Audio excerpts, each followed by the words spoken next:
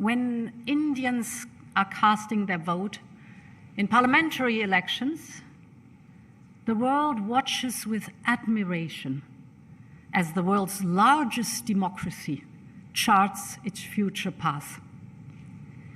Because the outcome of decisions made by 1.3 billion people resonates around the globe.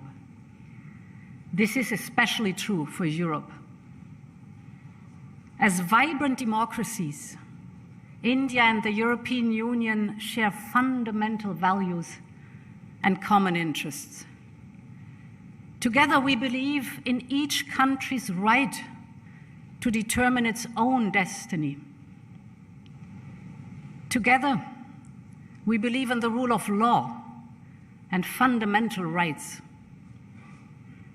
And together, we believe that it is democracy that best delivers for citizens. So, despite our geographic distance and despite the different languages we speak, when we look at each other, we do not meet as strangers, but as close friends. Democracy was born more than 2,000 years ago in Europe, but today its largest home is India. For the European Union, strengthening and energizing its partnership with India is a priority in this upcoming decade. Both our economies thrive in a world of common rules and fair competition. And we share the same interests in safe trading routes, in seamless supply chains, and in a free and open Indo-Pacific. Both our regions are driving forces in the digital revolution, and this makes us natural partners in setting global standards to make sure that the rules of the analog world also count in the digital domain. And of course, both India and the European Union are key in the transition to a more sustainable and green future for our planet. So we must pool our strength in the fight against climate change. It's so urgent. And this is our common responsibility, not only towards the global community, but mostly towards the next generation. However, our values are not shared by everyone. We all see the rising challenges to our open and free societies. This is true for the technological and the economic domain, but it is also true for security. The reality is that the core principles that underpin peace and security across the world are at stake, in Asia as well as in Europe. The images coming from Russia's attack on Ukraine have shocked and are shocking the whole world. 2 weeks ago, I visited Bucha, the suburb of Kyiv, which was devastated by Russian troops as they withdrew from the north of Ukraine. I saw with my own eyes the bodies lined up on the ground. I saw the mass graves.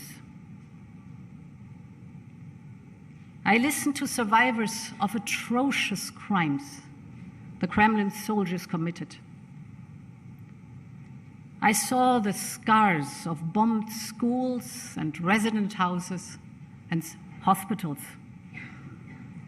These are severe violations of international law, targeting and killing innocent civilians, redrawing borders by force, subjugating the will of a free people. This goes against core principles enshrined in the UN Charter. In Europe, we see Russia's aggression as a direct threat to our security. we will make sure that the unprovoked and unjustified aggression against Ukraine will be a strategic failure. This is why we're doing all we can to help Ukraine fight for its freedom. This is why we immediately imposed massive, sharp, and effective sanctions. Sanctions are never a standalone solution. They are embedded in a broader strategy that has diplomatic and security elements. And this is why we have designed the sanctions in a way to sustain them over a longer period of time, because this gives us leverage to achieve a diplomatic solution that will bring lasting peace. And we urge all members of the international community to support our efforts for lasting peace. And if we consider what it means for Europe and Asia, that Russia and China have forged a seemingly unrestrained pact. They have declared that the friendship between them has no limits, that there are no forbidden areas of cooperation. This was in February this year. And then the invasion of Ukraine followed. What can we expect from the new international relations that both have called for? Ladies and gentlemen, this is a defining moment. Our decisions in these days will shape decades to come. Our response to Russia's aggression today will decide the future of both the international system and the global economy. Will heinous devastation win, or humanity prevail? Will the right of might dominate, or the rule of law?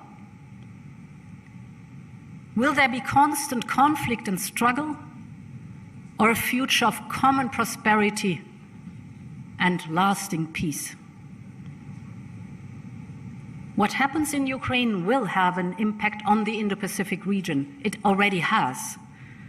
Countries battered by 2 years of COVID pandemic must deal now with rising prices for grain, energy, and fertilizers as a direct result of Putin's war of choice. Thus,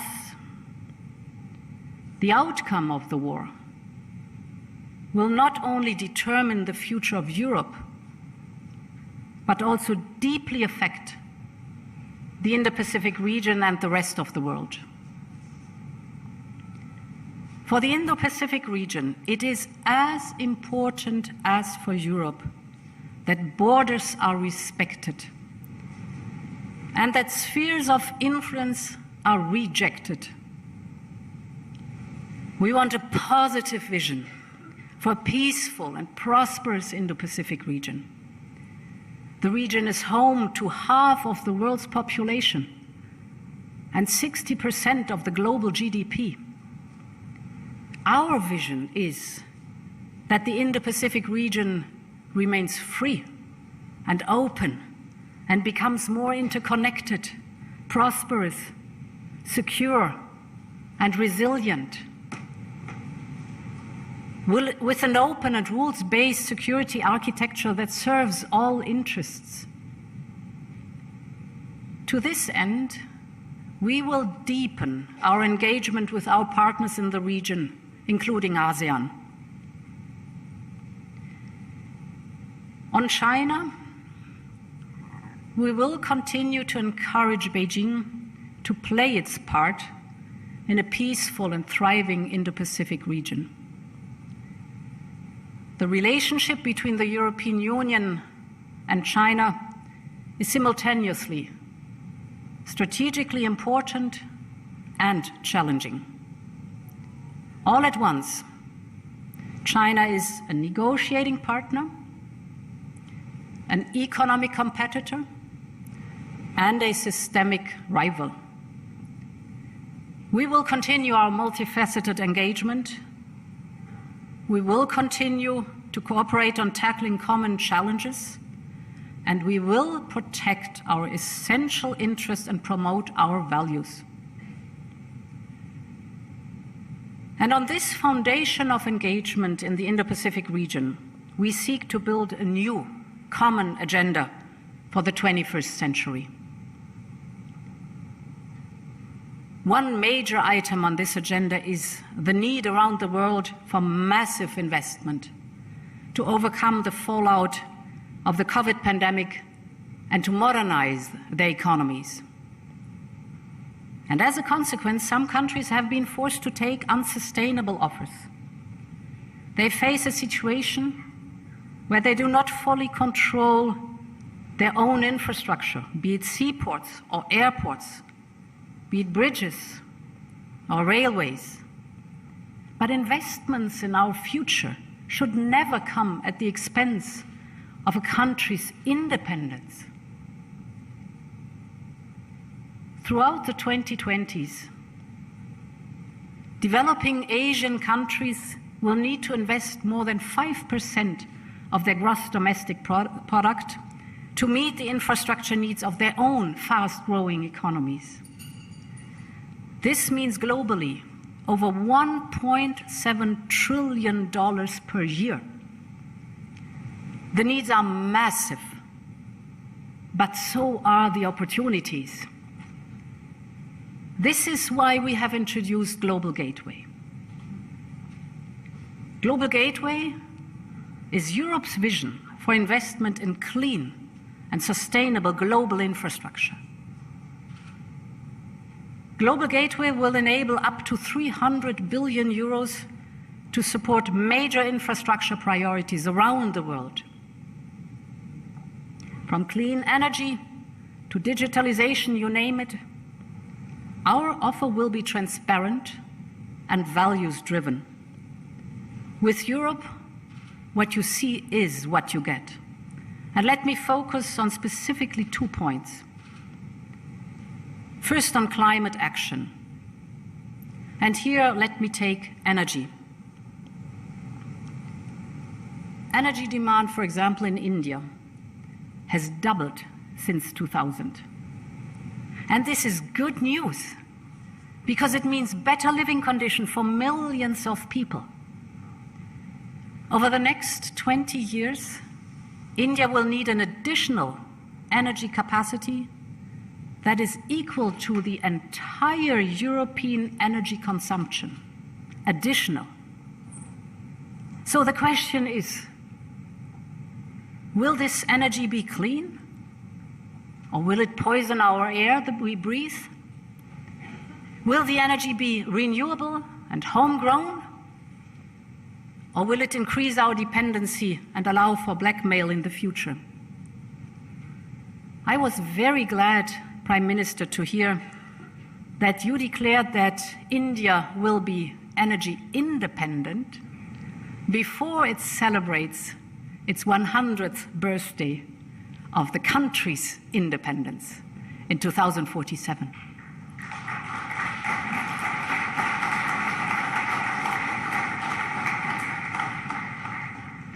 So the choices made today are crucial, not just for this great nation, but for the whole world. Global Gateway could bring, for example, to India and Bangladesh more hydropower produced in Nepal and Bhutan. It could build clean hydrogen infrastructure to power up your heavy industries. Just yesterday, I visited the headquarters of the International Solar Alliance. This is a great partnership launched by Prime Minister Modi and now bringing together 86 countries. So it's innovation at the service of people, because the International Service Alliance will benefit most the least developed countries and the small island developing states. And given the geopolitical and climate challenges we face, the business case today for solar is stronger than ever. So we should massively scale it up also through Global Gateway for the benefit of our common prosperity and the planet we all share. We also can help the climate when saving energy. I know this sounds obvious, but in a country the size of India, the sum of many small individual decisions can have a tremendous overall impact in the end. Just think of this example. As prices drop dramatically, in recent years, millions of Indians switched from using traditional old light bulbs to modern LED lighting technology. This resulted in annual energy savings of 30 terawatt hours. This is roughly enough to power 28 million average Indian households for a year, just by saving, or for the whole of Denmark, just through saving energy. So there's really big time potential in energy efficiency and energy savings. We also need to strengthen our cooperation in the digital field. This is my second point. Because cutting-edge technology is at the heart of our future cooperation. And Asia is a powerhouse when it comes to new technologies, from artificial intelligence to quantum computing. Our cooperation is about more than investment and infrastructure. It is about talent and technology based on fundamental values. On standards, for example. Today, India and the European Union both recognize that we are better off when we develop global standards for new technologies such as 5G, instead of seeking separate national solutions. And we share many of the same values when it comes to the digital world. We share the idea that privacy should be guaranteed online as well as offline, and that technology should enhance individual freedom, not the state's ability to control us. Think about data protection. European companies outsource many of their IT processes to Indian companies. Europe generates almost 1/3 of the revenues for the Indian business process outsourcing sector. And with equivalent rules, we could unlock even greater data flows between our regions with immense benefits for the companies in our respective regions. As I said earlier, for the European Union, the partnership with this region is one of our most important relationships for the coming decade, and strengthening this partnership is a priority for the European Union. Our strategic cooperation should take place at the nexus of trade, trusted technology, and security, notably in respect of challenges posed by rival governance models. And therefore, I am very pleased that today Prime Minister Modi and I have agreed to establish an EU-India Trade and Technology Council to tackle key trade, economic, and technological challenges. And as like-minded partners, the European Union and India will be working on several tracks. We have launched negotiations on a free trade agreement, as well as on investment protection and geographical indications. For Europe, this is a strategic investment in our partnership with India. The European Union is India's third most important trade partner, but we can do so much more. Our trade is far below our potential, both for Indian and European goods and services. So this deal will bring new technologies, new investment, an unprecedented integration into shared value chains. We are the two largest democracies in the world, And together, we have a lot to give for the benefit of the people. Ladies and gentlemen, we are living indeed in a terra nova, as the title of this year's Raisina dialogue suggests. We all have to choose whether we want a terra nova to be wild, dangerous, and an unlivable place, or a better home for all humankind. I am convinced that democracies will have a crucial role to play in defining the world of tomorrow. I want Europe to be a partner for Asia in shaping this new world, a world of independent, yet interconnected countries, working together for a more prosperous and peaceful world, working together for the benefit of humankind. Thank you very much for your attention.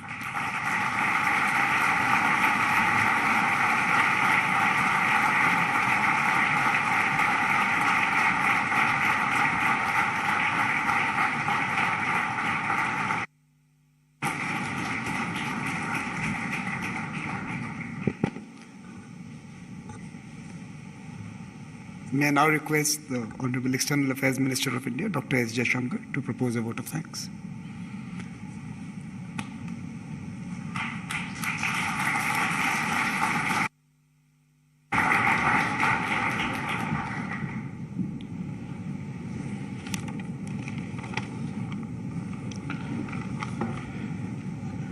Prime Minister Shri Narendra Modi ji, President von der Leyen, Excellencies, ladies and gentlemen. It's a great pleasure to propose the vote of thanks at the inaugural of the 6th Raisina Dialogue. In 2015, Prime Minister, you gave us the task of creating a Make in India, Make for the World platform to debate contemporary issues. This reflected both your confidence in shaping the global agenda, as well as in the strength of our summoning powers. It would express both the rebalancing and the multipolarity that characterizes our times.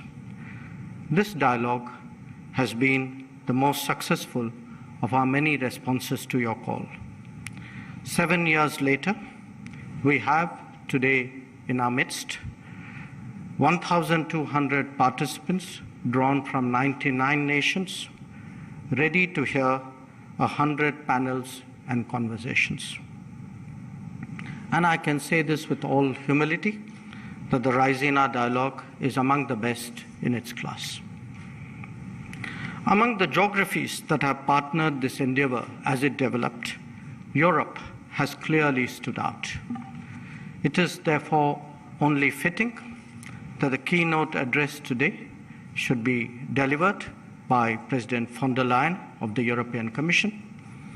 She and Prime Minister Modi were the co-chairs of the 27+1 EU summit at Porto in May 2021 that has set new directions for our partnership. Her personal leadership was largely responsible for the impetus given to the initiatives designed to take our ties to the next level. These include an FTA, an investment agreement, and a geographical indications agreement. Earlier today, we announced the launching of the Trade and Technology Council as well. This coordination mechanism will facilitate our working together on expanded trade, on trusted technologies, and on security. The European Union has already articulated an Indo-Pacific and a connectivity strategy, respectively, that contributes to our convergence. Our climate action, digital, and other conversations are getting increasingly serious. And as we have heard, the EU is approaching global challenges with a much sharper strategic awareness. Indeed, these are the subjects of discussions at this very dialogue. Let me therefore conclude by thanking President von der Leyen for her very thoughtful address that has set the tone for our deliberations. Our collective appreciation, naturally, to Prime Minister Modi, who remains the inspiration for this dialogue. I recognize the commitment of the organizers, Observer Research Foundation, whose painstaking preparations are so visible, and I'm sure that you all equally applaud. And not least, I thank all participants and those who have joined us virtually for being part of this exciting journey. Thank you very much.